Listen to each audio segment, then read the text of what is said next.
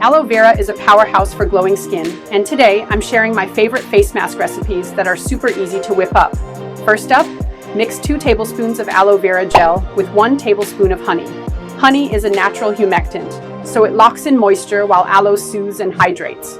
Apply it for 15 minutes and you'll notice a radiant glow. Next, let's try a turmeric twist. Combine 1 tablespoon of aloe vera gel with half a teaspoon of turmeric powder. Turmeric is known for its anti-inflammatory properties, perfect for calming irritated skin. Leave this mask on for about 10 minutes and rinse it off to reveal a brighter complexion.